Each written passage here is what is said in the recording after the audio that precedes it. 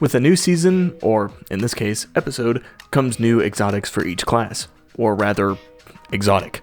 Only one per class, but that's okay though, because these new exotics are very fun and very unique. So let's go through them, and hopefully you'll get an idea for what they do, how good they are, and how hard you actually want to grind for them. Very quickly, I'd like to remind us all that in order to get these new exotics, you have to fully reset the Cryptarch at the tower. If you're like me and stockpiled exotic engrams, you'll have no issues resetting. If you did not hoard engrams, you're not in quite as much luck. The quickest way to rank up Rahul here is to focus for a specific exotic. It's expensive, requiring 60,000 Glimmer, 2 Ascendant Shards, and, of course, an exotic engram. If you're unable to, or don't want to spend all those shards, your next best thing is going to be turning in engrams, and a lot of them. It's a long grind if you don't have the endgame materials, so if you're looking for something new to hold you over in the meantime, you may want to check out my previous video, which showcases some exciting changes to existing exotics. Shameless plug, I know, but it's an option if you're a ways away from getting these new exotics.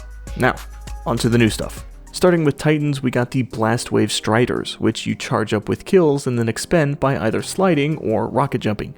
These boots also reduce the damage you take from your own explosions by, like, a lot. Titan make boom, but Titan no go boom. Expending the charges you've accumulated sees you gaining frost armor and sees the boots firing a spread of stasis icicles, which then create crystals on impact. These are very strong. The icicles deal an immense amount of damage, with the only drawback being the height you gain and the spread of the icicles. These two components combined can see you missing quite a lot of these icicles, but thankfully they each deal so much damage that even hitting a single one can see a massive chunk taken out of even the tankiest of enemies. This issue is more prominent in open areas, but on the flip side, you'll also find that in these open areas, you'll likely hit enemies that you weren't even aiming for, or better yet, you didn't even know were there. Naturally, the stray icicle will often delete said pack of enemies, which I personally find very entertaining, as this exotic really is about causing complete and utter mayhem. So while these boots can literally be hit or miss, the damage and utility of this exotic is really great, and you'll find yourself topped off with shards and frost armor constantly. But wait, there's more. The new exotic grenade launcher from the season pass, named Alithonim, I think. Alithonim actually has a secret interaction with Blast Wave Striders. With this exotic grenade launcher, you'll gain these souls from defeating and damaging enemies, and these souls, coincidentally, also charge Blast Wave. This effectively doubles your charge speed for this Titan exotic, and with it, you're also able to rocket propel yourself. It's a clear match. I really do recommend these two exotics together. They're an incredibly fun pair, and it really makes you feel like the demo man.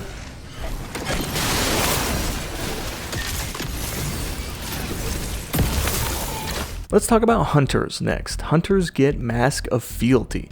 This exotic boosts the effectiveness of your Withering Blade, the stasis melee.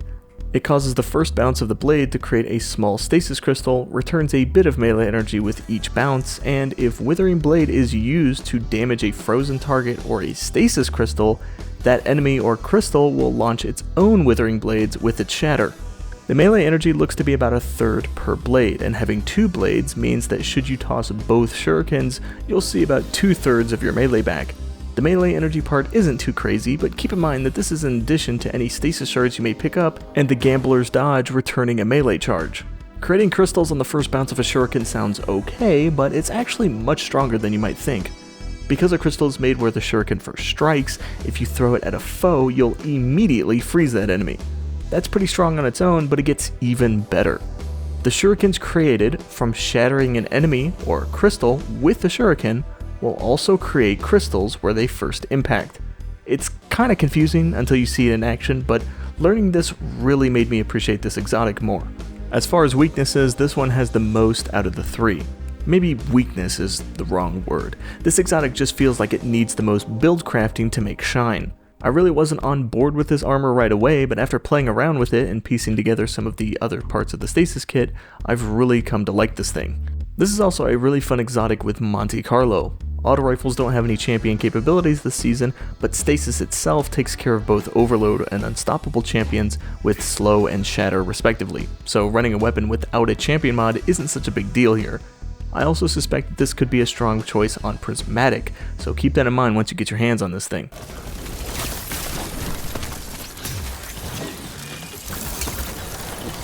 Last but in no way least, we have the Warlock exotic, Rhymecoat Raiment.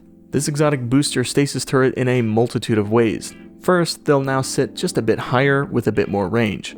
Second, they deploy 4 stasis crystals surrounding the turret. Thirdly, the turret now has a pool of stasis goo? Energy? Storm? Whatever you want to call it, standing in this pool will give you a stasis soul, which will shoot icicles at enemies that you shoot at, slowing and eventually freezing them in the process. This exotic is insanely good. The boost to the stasis turret is incredible, and I may be crazy, but I swear the turret freezes in a single burst with this exotic. The stasis crystals are nice, mainly for getting your grenade back with the stasis fragments, but also the turret will produce additional crystals after some time if the original 4 are broken, which again ensures your grenade will be back ASAP. The stasis soul is also very, very strong. It doesn't really matter what type of weapon you use, fast shooting, slow shooting, the soul will toss out enough icicles to freeze enemies regardless of weaponry. There's really only 2 downsides to this exotic, which, depending on your playstyle, aren't really downsides at all. The first and most disappointing aspect of this exotic is that the stasis souls cannot be shared with teammates. Have a teammate stand in the pool with you and they won't receive a soul. I've yet to try out if 2 warlocks using this exotic can circumvent that part, as I'm the only one that I know personally who has this exotic. Either way, a small and somewhat meaningless downside, but I figured I'd mention it all the same. The only other drawback of this exotic is its inherent need to be stationary, or at least within the pool. Once you leave the pool, the stasis soul only sticks around for a couple of seconds, so if you really want to get the most out of it, you'll need to be within the pool as much as possible. Again, not really a huge deal. There's ways to mitigate the downfalls of being immobile, such as frost armor, but still, I thought I'd mention it as well. Other than those 2 very small negatives, this exotic rocks big time. This thing cranks your stasis turrets, which is one of the best abilities in the game, and with it making stasis crystals on its own and freezing absolutely everything, you can get some serious mileage out of a lot of the fragments involving crystals and shards, which of course amplifies stasis to an incredible degree. Overall, this is my favorite new exotic, and I think absolutely everyone should at least try it.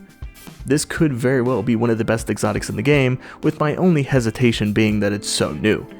I may just be excited.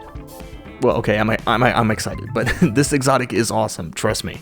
And that brings us to the end of the video. A quick-ish look at the new exotics and some of the cool interactions that I've been able to find with them. Hopefully you all will be able to get these soon, because regardless of their effectiveness, they all add a really fun playstyle to the stasis and prismatic kits. Let's talk about these exotics down in the comments. Do you have these? If so, what do you think about them? Let me know. Until next time.